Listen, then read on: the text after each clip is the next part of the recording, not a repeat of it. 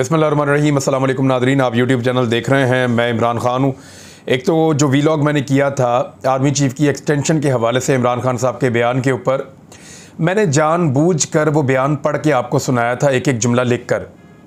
उसकी वजह ये थी कि उसमें कामरान खान साहब के सवालात थे, वो छाड़ थी, बड़े सीनियर जर्नलिस्ट हैं, बड़ा तजुर्बा है उनका, और इमरान खान साहब के उस पर जवाब थे। वो सवाल और जवाब से ये नतीजा अखज़ किया गया कि इमरान खान साहब शायद ये कह रहे हैं कि उनकी ख्वाहिश है कि जनरल कमर जावेद बाजवा को एक्सटेंशन दे दी जाए। अब इसमें मैं आपको कुछ चीज़ें बता देता हूँ। कल से लेकर अब तक एक खामोशी है और बिल्कुल एक सर्दमोरी छाई हुई है, कहीं पे कोई बात ही नहीं कर रहा, और इसके ऊपर हुकूमत भी परेशान है क्या करना है।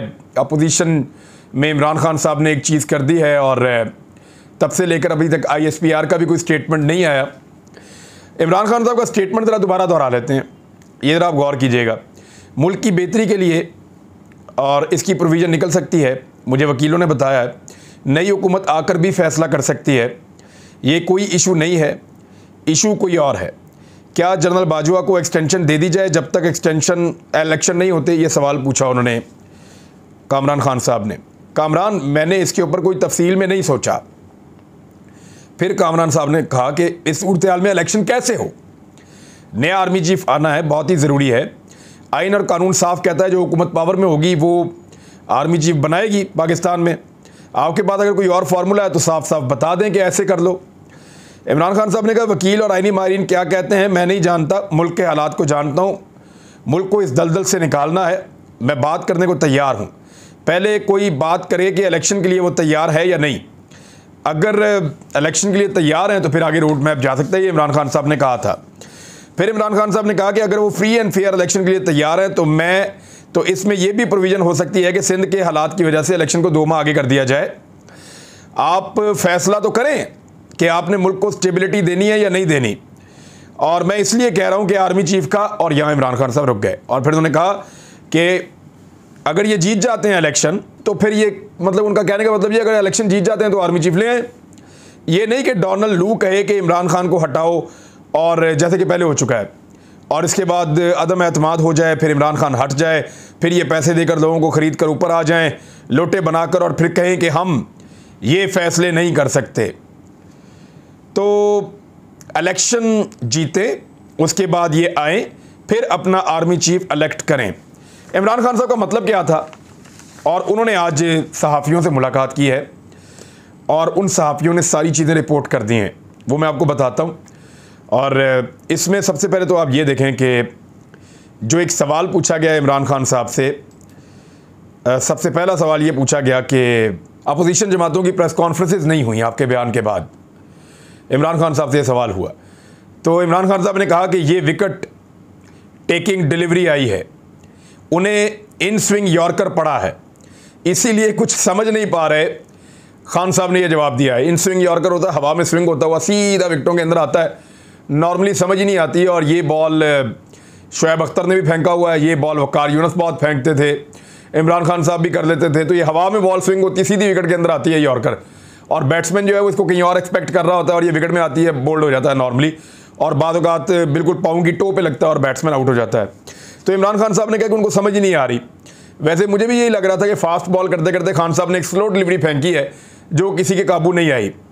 इमरान खान साहब ने जो इसको बयान की वजाहत दी है अपने, अब वो देखें, इसको सारे टीवी चैनल ऐसे शो कर रहे थे जैसे इमरान खान साहब ने कह दिया कि मुझे कमर जावेद बाजवा के लिए एक्सटेंशन चाहिए। कुछ लोग कह रहे थे वो पड़ा पाकिस्तान तहरीक इंसाफ का इनकलाब, और तहरीक इंसाफ ने जो है वो फ़ौज के आगे घुटने टेक दिए हैं, या फ़ौजी इस्टेब्लिशमेंट के आगे, मुल्की इस्टेब्लिशमेंट के आगे जो है वो घुटने टेक दिए हैं, और आप कोई इनकलाब नहीं ला सकते, और वही बूट पॉलिश शुरू कर दी है। तो इस किस्म की बातें लोग कर रहे थे। यू टर्न का भी एक ट्रेंड चलाया जा रहा था PMLN की जानिब से। अब आप ये देखें इमरान खान साहब ने क्या कहा, मैंने आर्मी चीफ की मुद्दत मुलाजमत में तोसी की कोई बात नहीं की। फौरी इलेक्शन का ऐलान और नई हुकूमत के इंतखाब तक आर्मी चीफ तैनाती मुअख्खर की जाए। चंद लोगों ने अपने मफाद की खातिर मुल्क की सलामती को दाव पर लगाया हुआ है, हो सकता है कि मैं इन लोगों के नाम भी बता दूं। ये इमरान खान साहब ने बड़ा क्लियरली कहा, उनका स्टांस वही है जो पहले है। अब इसको ज़ुबैर अली खान साहब ने ऐसे रिपोर्ट किया कि आर्मी चीफ की मुद्दत मुलाजमत में तोसी की बात नहीं की, सिर्फ इंतखाबात तक इस मामले को मौखर करने का कहा है। इस वक्त मुल्क में साफ शफाफ इंतखाबात ही मुल्क के मसाइल का हल है। फिर इसको जो है वो मुख्तलिफ लोगों ने मुख्तलिफ तरीके से रिपोर्ट किया है। इमरान खान साहब ने एक और बात भी की कि जब मेरिट पे उन्होंने आर्मी चीफ के तकर्रुर की बात की थी तो उसके बाद ISPR का एक रद्द अमल आया था, आपको याद होगा, एक बयान जारी हुआ था ISPR का। तो इमरान खान साहब ने कहा कि मैं आज भी सोच रहा हूँ ISPR ने क्यों बयान जारी किया। मैंने तो मेरिट की बात की, आज भी कहता हूँ मेरिट के बगैर कोई इदारा नहीं चल सकता। फिर इमरान खान साहब ने एक और जगह कहा कि इंतखाबात आइंदा बरस तक ले जाने का फार्मूला उन्होंने मुस्तरद कर दिया। मार्च तक इंतखाबात मुलतवी करना काबिल कबूल नहीं है, ये इमरान खान साहब ने कहा। उन्होंने कहा अगर मुझे गिरफ्तार करना है तो गिरफ्तारी का कोई खौफ नहीं है। जेल में पढ़ने के लिए किताबें भी बैग में रख ली। जो कोई पाकिस्तान के मफाद के खिलाफ जाएगा मैं उसके खिलाफ खड़ा हो जाऊंगा। ये लंगड़ी लूली हुकूमत एस्टेब्लिशमेंट के बगैर तो कुछ भी नहीं। मैं नहीं चाहता एस्टेब्लिशमेंट की आड़ लेकर कोई मुल्क को नुकसान पहुंचाए। इमरान खान की गुफ्तगू। और उन्होंने कहा कि समी इब्राहिम को मैंने पेशावर में एक इंटरव्यू दिया था 3-4 माह पहले, और उसमें एक बात की थी जो सच साबित हुई है। उस वक्त कहा था कि मईशत कमज़ोर हुई तो मुल्क डिफ़ॉल्ट हो सकता है, ऐसे हालात बने तो नेशनल सिक्योरिटी पर कंप्रोमाइज़ करना पड़ सकता है। तो चीज़ें बदकिस्मती से इमरान खान साहब को लगता है कि उस तरफ बढ़ रही हैं, हालात उस तरफ जा रहे हैं। जो चंद नाम नहीं लेना चाहता वो ले दूं, जिनके पास मैंडेट नहीं है उनको आर्मी चीफ लगाने का इख्तियार नहीं दिया जा सकता। ये बात है जिस पे इमरान खान साहब बड़े हुए हैं। वो कह रहे हैं पाकिस्तान की सबसे बड़ी पॉलिटिकल पार्टी मेरी है, लोगों ने सबसे ज़्यादा वोट मुझे डालें, अक्सरियत मेरे साथ है, अक़लियत की एक हुकूमत बन गई है। और ये वो लोग हैं जिनके ऊपर अदालतों में केसेस चल रहे हैं। ये रजीम चेंज ऑपरेशन के नतीजे में लाकर बिठाए गए हैं। भानुमती का कुंभा इकट्ठा किया गया है, हमारी पार्टी में से भी बंदे तोड़े गए हैं। तो ये पूरे एक ऑपरेशन के नतीजे में एक गलत हुकूमत आकर बैठ गई है जो इम्पोर्टेड हुकूमत है, और उनके अपने मफादात हैं, उनको अपने केसेस से बचना, उनको कोई भी ब्लैकमेल कर सकता है पाकिस्तान से बाहर या पाकिस्तान के अंदर। तो ऐसे हुक्मरानों को आर्मी चीफ नहीं लगाने का इख्तियार दिया जा सकता, ये इमरान खान साहब का मानना है। अब नवाज शरीफ और आसिफ अली जरदारी जो हैं, इनके ऊपर केसेस हैं, बल्कि मुजरिम भी हैं, मफरूर भी हैं, इश्तिहारी भी हैं। अगर उन्होंने फैसला करना है कि आर्मी चीफ कौन होगा तो फिर उनको तो कोई भी ब्लैकमेल कर सकता है, पाकिस्तान के बाहर से भी और अंदर से भी, जहाँ से चाहे। सबसे बड़ी इमरान खान साहब ने जो खबर दी वो मैं आपको अब देने वाला हूँ। इमरान खान साहब ने कहा कि ज़्यादा इंतज़ार नहीं, सितंबर में फ़ाइनल कॉल देने का फ़ैसला किया है मैंने। इसको सदीक जान ने इसको ऐसे रिपोर्ट किया है, ज़ुबैर अली खान ने इसको रिपोर्ट किया है कि सितंबर में ही अवाम को बाहर निकलने की कॉल दूंगा। इमरान खान साहब का बनी गाला में सहाफ़ियों से गुफ्तगू। फिर इस तरीके से जो है वो इमरान खान साहब ने चीज़ें बड़ी क्लियर की हैं, ख़ास तौर पे एक्सटेंशन के मामले पे, इलेक्शन के मामले पे, लॉन्ग मार्च के मामले पे और दीगर चीज़ों के और गिरफ्तारी के मामले के ऊपर बड़ा क्लियरली आए हैं। तो वो जो लोग कह रहे थे बूट पॉलिशिया बयाना और ये वो सारा, देखें ये पाकिस्तान के इदारे हैं। इमरान खान साहब कई मरतबा कह चुके हैं कि फ़ौज इस मुल्क के लिए इमरान खान से ज़्यादा ज़रूरी है, और वो इसलिए कहते हैं कि पाकिस्तान तकरीबन एक सिक्योरिटी स्टेट है। हमारे सारे तरफ तो लोग हमसे नाराज़ हैं, हमसे दुश्मनी डाली हुई है। ईरान वो हमसे खुश नहीं है, अफ़गानिस्तान वो हमसे खुश नहीं है, इंडिया वो हमसे खुश नहीं है, सिर्फ ऊपर चाइना है, वो पहले खुश था, वो भी आजकल कंफ्यूज है। तो पाकिस्तान ने अपने आसपास कोई भी दोस्त नहीं रखा हुआ। ऐसी सूरत हाल में आपके सिक्योरिटी इदारे जो है वो ज़्यादा अहम हो जाते हैं। BBC ने इसके ऊपर फौरी तौर पर एक रिपोर्ट बना दी थी कि क्या आर्मी चीफ को एक और एक्सटेंशन मिल सकती है। तो आईनी तौर पे तो ये पॉसिबल है। जो चीज़ें तय हो गई थी सुप्रीम कोर्ट ऑफ पाकिस्तान में, उनके मुताबिक तो आर्मी चीफ को एक्सटेंशन बिल्कुल मिल सकती है, और वज़ीर-ए-आज़म पाकिस्तान जो है वो समरी भिजवा सकते हैं, और उनकी जो समरी है उसके ऊपर सदर पाकिस्तान के पास ये इख्तियार है कि वज़ीर-ए-आज़म के मशवरे पर आर्मी चीफ की मुद्दत मुलाज़मत में तौसीक़ कर दें। अच्छा, अब ये तो हो गया और ये सुप्रीम कोर्ट का इस पर फैसला भी आ चुका है, लेकिन इमरान खान साहब इसके ऊपर इस कंडीशन के ऊपर मान रहे हैं कि ठीक है यार, आर्मी चीफ को आप आगे चलने दें, थोड़ा सा नवंबर नहीं तो दिसंबर तक चलने दें, जनवरी तक चलने दें, इलेक्शन की डेट अनाउंस करें, और जब इलेक्शन होता है, जब कोई नई हुकूमत आती है तो जनरल कमर जावेद बाजवा की जगह फिर वो हुकूमत नया आर्मी चीफ लगा दे। ये जी है इमरान खान साहब का कहना। तो अब आ जाएं बाकी खबरों की तरफ, वो भी बहुत इंपॉर्टेंट खबरें हैं। उनमें एक खबर तो ये है कि इमरान खान साहब के बारे में फवाद चौधरी साहब ये कह रहे हैं कि उन्होंने मुल्की सियासी मुस्तकबिल के लिए एक अमली फार्मूला पेश किया है। शेख रशीद साहब इस पर यह दावा कर रहे हैं कि एस्टेब्लिशमेंट और पाकिस्तान तहरीक इंसाफ में राब्ते जल्द बेहतरी आएगी। अच्छा, ये राब्ते बहुत पहले से ही हैं। हर पॉलिटिकल पार्टी में 2-3 लोग होते हैं जिनके राब्ते एस्टेब्लिशमेंट के साथ रहते हैं। एस्टेब्लिशमेंट कभी पाकिस्तान की पॉलिटिक्स में इररेलेवेंट होती नहीं। पाकिस्तान तहरीक इंसाफ में भी मैं जानता हूँ वो कौन से 2 लोग हैं या 3 लोग हैं जिनके एस्टेब्लिशमेंट के साथ राब्ते रहते हैं। और राब्ते अब गिलो शिकवों तक की थे। जब मुझे पता चला था कि ये वहाँ कह देते थे कि आपने ये ज़्यादती की, वो यहाँ कह देते थे आपने ये ज़्यादती की है, तो ऐसे मामला चल रहे थे। और बाद औक़ात जो है वो बड़ा तलखियाँ भी आती हैं ताल्लुकात के अंदर, लेकिन ये चैनल्स होते हैं जहाँ पे राब्ते रहते हैं। पाकिस्तान इंडिया के साथ कभी भी ऐसे बैकडोर चैनल्स कभी बंद नहीं करता। तो ये तो पाकिस्तान की पॉलिटिकल पार्टीज़ और पाकिस्तान की एस्टेब्लिशमेंट है, तो ये राब्ते रहते हैं इसमें। अब मरियम नवाज़ ने इमरान खान साहब के ऊपर तौहीन मज़हब का एक इल्ज़ाम लगा दिया है। इस पर पाकिस्तान तहरीक इंसाफ ने अदालत जाने का फैसला किया है। मरियम नवाज़ ने कहा, दीन को अपनी गंदी और मकरूह सियासत और झूठ को फ़रोग़ देने के लिए इस्तेमाल करने वाले शैतान से अपने ईमान और मुल्क को बचाएं।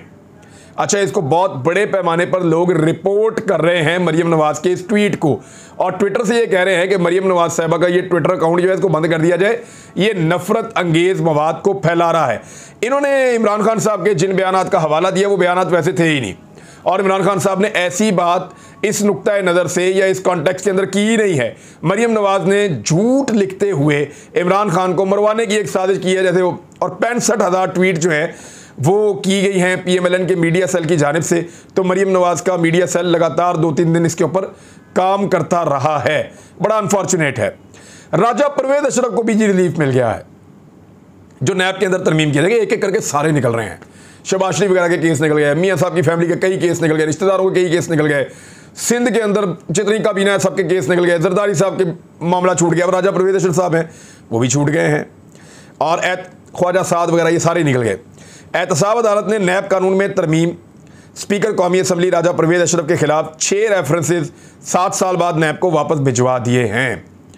और यानी रेंटल पावर रेफरेंस जो है वो नैब को वापस भिजवा दिए हैं।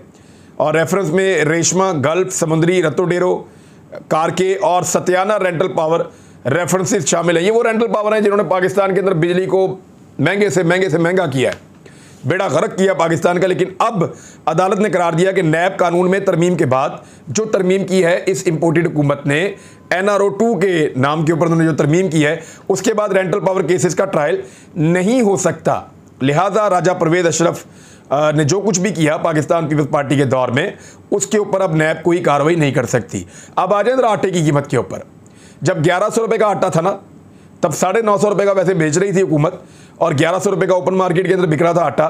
तो उस वक्त सबको लगता था कि आटा बहुत महंगा है। ये उस वक्त सबको लगता था, मीडिया को भी, उस वक्त की PDM की जमातों को भी, जो हमारे भिखारी दानिश्वर हैं उन सबको ये लगता था कि आटा बहुत महंगा हो गया है। अब मैं आपको आटे की कीमत बताने वाला हूँ। इस वक्त जो सरकारी सतह के ऊपर आटे की कीमत में इजाफा किया गया है वो 450 रुपये से ज़ायद किया गया है। और ये जो इजाफा है वो एक आटे का जो थैला है उसके ऊपर किया गया है। आटे की एक थैली के ऊपर, जो 20 किलो वाली थैली है, उसके ऊपर इजाफा किया गया है आटे की कीमत में 380 रुपये का, 450 रुपये से भी ज़्यादा का इजाफा कर दिया गया है। और इसका नोटिफिकेशन अब जारी कर दिया जाएगा। सरकारी गंदम की कीमत भी बढ़ा दी गई है, 1765 से बढ़ाकर 2300 रुपये कर दी गई है। ओपन मार्केट में आटा जो है वो 2300-2400 रुपये की बोरी मिल रही है, यानी 120 रुपये किलो आटा मिल रहा है। जब 55 रुपये आटा किलो था तब बहुत महंगा था सलीम साफ़ी की नज़र में, अंसार अब्बासी की नज़र में, लेकिन अब और भी बहुत सारे हैं। और अब जब आटा 120 रुपये किलो है तो तब सलीम साफ़ी और अंसार अब्बासी की नज़र में आटा महंगा नहीं है। ये बात आप लोग याद रखिएगा। अच्छा, इसके बाद जी कोयटा में, ये जियो की खबर है, मैं आपको बता देता हूँ। कोयटा में आटे का बहरान, तंदूरों पर रोटी, एक रोटी 50 रुपये तक फ़रोख्त होने लगी है। ये मैं आपको कोयटा की बात बता रहा हूँ। कोयटा में एक रोटी जो है ना तंदूरों के ऊपर 50 रुपये तक फ़रोख्त होने लगी है। और तंदूर मालिकान के रहमो करम पे छोड़ दिया गया है ज़िले इंतज़ामिया की जानिब से। ये है जी सूरत हाल आपके कोयटा की। कोयटा पाकिस्तान का हिस्सा है, बलूचिस्तान का दारुल हुकूमत है। अच्छा जी, इंटरबैंक में डॉलर जो है वो मजीद ₹2.25 महंगा हो गया है। 232 रुपए से ऊपर का डॉलर हो चुका है इंटरबैंक में, और ओपन मार्केट के अंदर 240 रुपए क्रॉस कर गया है डॉलर।